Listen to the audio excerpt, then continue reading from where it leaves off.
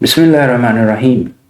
आपको German language क्यों सीखनी चाहिए, इस वीडियो में हम 7 रीज़न्स की बात करेंगे। मैं आपके साथ शेयर करूंगा कि जर्मन ज़ुबान सीखने के क्या क्या बेनिफिट्स हैं एंड आई एम श्योर कि इन बेनिफिट्स का आपको पहले पता नहीं होगा। इस वीडियो से आपको मोटिवेशन मिलेगी, आप जर्मन ज़ुबान सीख लेंगे, आपका वीज़ा प्रोसेस आसान हो जाएगा और जर्मनी में आने के बाद कम से कम मुश्किलात का सामना करना पड़ेगा। तो चलें शुरू करते हैं और देखते हैं कि जर्मन ज़ुबान सीखने के क्या क्या बेनिफिट्स हैं और ऐसी क्या रीज़न्स हैं जिनकी वजह से हमें जर्मन ज़ुबान सीखनी चाहिए।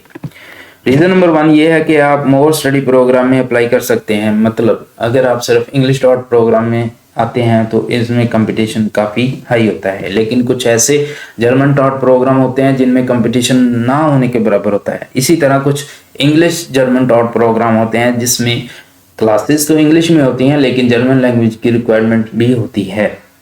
रीज़न नंबर 2 ये है कि जर्मन ज़ुबान आपके लो ग्रेड्स को कवर करती है। फॉर एग्जांपल 2-4 साल आपने कुछ नहीं किया या इररेलेवेंट वर्क एक्सपीरियंस है, तो अगर एम्बेसी या यूनिवर्सिटी स्टडी गैप का पूछती है तो आप कह सकते हैं कि इस दौरान मैंने जर्मन सीखी है। आपको जर्मन लैंग्वेज का बेसिक लेवल ही क्यों ना आता हो, ये आपकी सीरियसनेस को शो करता है। लो ग्रेड्स हो और जर्मन आती हो तो आपके चांसेस काफ़ी ज़्यादा इंक्रीज हो जाते हैं बनिस्बत इसके कि आपके ग्रेड्स हाई हो लेकिन जर्मन ना आती हो। ऐसे प्रोग्राम जो जर्मन टॉट प्रोग्राम होते हैं वो मुकम्मल तौर पर नॉन रिस्ट्रिक्टेड होते हैं। आपको सिर्फ बेसिक रिक्वायरमेंट पूरी करनी होती है, कंपटीशन ना होने के बराबर होता है। लेकिन जर्मन टॉट प्रोग्राम के लिए आपकी जो लैंग्वेज स्किल है वो काफ़ी हाई होनी चाहिए, और हाई लैंग्वेज स्किल कैसी होगी, तभी होगी जब आप बेसिक से स्टार्ट करेंगे। तो रीज़न नंबर 3 की बात करें तो आपका admission process and visa ratio काफ़ी इंक्रीज हो जाती है। इसमें एम्बेसी भी सीरियस लेती है और यूनिवर्सिटी भी सीरियस लेती है, क्योंकि एक बंदा दूसरी कंट्री में बैठकर उनकी ज़बान सीख रहा है तो ये इस बंदे की काफ़ी ज़्यादा सीरियसनेस को शो करता है और एडमिशन एंड वीज़ा चांसेस काफ़ी ज़्यादा इंक्रीज हो जाते हैं। इसी तरह रीज़न नंबर 4 की बात करें तो भाई ये है जर्मनी, और जर्मनी के अंदर मोस्टली अप्रोक्सीमेटली 96% जो जॉब पोस्टिंग है वो जर्मन लैंग्वेज में होती हैं और 3.38% जो जॉब पोस्टिंग है वो इंग्लिश में होती हैं। इसीलिए 3.38% जॉब पोस्टिंग में कंपटीशन बहुत हाई होता है। जिन लोगों को जर्मन नहीं आती, इंटरनेशनल लोग, वो सारे इसी जॉब पर अप्लाई कर रहे होते हैं, और जो जर्मन वाली जॉब होती हैं इनमें काफ़ी ज़्यादा लो कंपटीशन होता है। इसीलिए आपको जर्मन सीखनी चाहिए ताकि आपके नए दरवाजे ओपन हो सकें जॉब अपॉर्चुनिटीज़ के।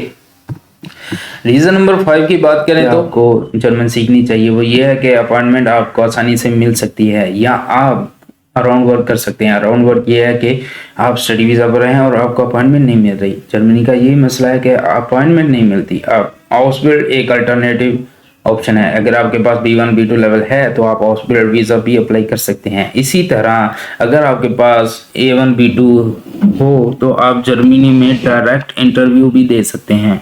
वो आपके एक्सपीरियंस को देखते हैं और जर्मन प्रोफिशिएंसी को देखते हैं, तो आप वर्क वीज़ा पर भी आ सकते हैं। इन दोनों केसेस में आपकी अपॉइंटमेंट बहुत जल्दी आ जाती है। तो स्टडी वीज़ा, वर्क वीज़ा, हाउसबिल्ड या कोई और वीज़ा, इस जर्मन लैंग्वेज, जर्मन प्रोफिशिएंसी, इसकी वजह से काफ़ी ज़्यादा ऑप्शंस इंक्रीज हो जाते हैं। तो अगर बस आपके पास इंग्लिश हो तो एक ही ऑप्शन पर रहते हैं और एक ही ऑप्शन पर आप इंतज़ार करते हैं और आप टाइम भी काफ़ी ज़्यादा वेस्ट करते हैं। रीज़न नंबर 6, मोस्टली लोग नेशनलिटी और PR के लिए आते हैं, तो इसमें आपको B1 जर्मन चाहिए। आपने PR लेनी हो या नेशनलिटी तो ये तब तक नहीं देते जब तक आपके पास B1 लेवल ना हो। तो देखें, बाद में भी आपको जर्मन सीखनी है तो शुरू से ही क्यों ना सीख लो, ताकि यहाँ भी मदद हो, जॉब में भी मदद हो, और जर्मनी जाकर एंड में जब PR या नेशनलिटी के लिए अप्लाई करना है तब भी आपको काफ़ी ज़्यादा हेल्प मिल सके। इसी तरह रीज़न नंबर 7 भाई ये डॉइचलैंड। डॉइचलैंड में हर जगह जर्मन ही बोली जाती है, लिटरली हर जगह जर्मन ही बोली जाती है। मतलब थोड़ी बहुत इंग्लिश भी चलती होगी लेकिन जर्मन ज़्यादा है। अगर आप इंग्लिश आती है तो आप काफ़ी ज़्यादा स्ट्रगल करेंगे, और जर्मन आती है तो आप सॉर्ट ऑफ किंग होते हैं, तो ज़िंदगी काफ़ी ज़्यादा आसान हो जाती है। इसी तरह जर्मन सिर्फ जर्मनी में नहीं बल्कि ऑस्ट्रिया में, जर्मनी में, स्विट्ज़रलैंड में और बेल्जियम में भी ऑफिशियल लैंग्वेज के तौर पर बोली जाती है। तो अगर आप दूसरी कंट्री में भी जाकर सेटल होना चाहें तो आप वहां जाकर भी सेटल हो सकते हैं, क्योंकि आपको वहां की लैंग्वेज आती है और इसी वजह से आपके पास काफ़ी ज़्यादा ऑप्शन हो जाते हैं। तो अब सवाल ये पैदा होता है कि हम जर्मन लैंग्वेज सीखें कहाँ से। अगर आपके पास कोई इंस्टीट्यूट है जो जर्मन लैंग्वेज सिखा रहा है तो आप वहाँ से सीख सकते हैं, लेकिन वो काफ़ी टाइम टेकिंग है और उनकी जो फी वगैरह होती है वो भी काफ़ी ज़्यादा होती है, जो हर कोई अफोर्ड नहीं कर सकता। इसकी बनिस्बत मैं आपको इसकी बनिस्बत मैं आपको online complete German A1 course launch करने जा रहा हूं, जिसमें आपका सेट इसकी निस्बत मैं आपको online complete German A1 course launch करने जा रहा हूं, जिसमें आपको स्टेप बाय स्टेप मैं इसकी निस्बत में आपको online complete German A1 launch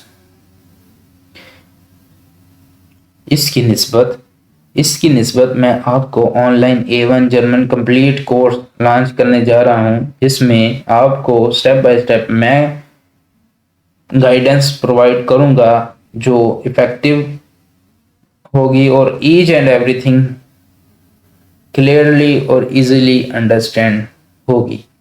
और ये कि सबसे बड़ी बात ये फ्री ऑफ कॉस्ट है। सो बात ये है कि जर्मन ज़ुबान बहुत इम्पोर्टेंट है और आपको जर्मन आने से पहले जर्मन ज़ुबान आनी चाहिए, क्योंकि यहाँ आने के बाद और भी बहुत सारे काम होते हैं, तो काफ़ी ज़्यादा इफ़ेक्टिव होगा अगर आपको जर्मन आती होगी।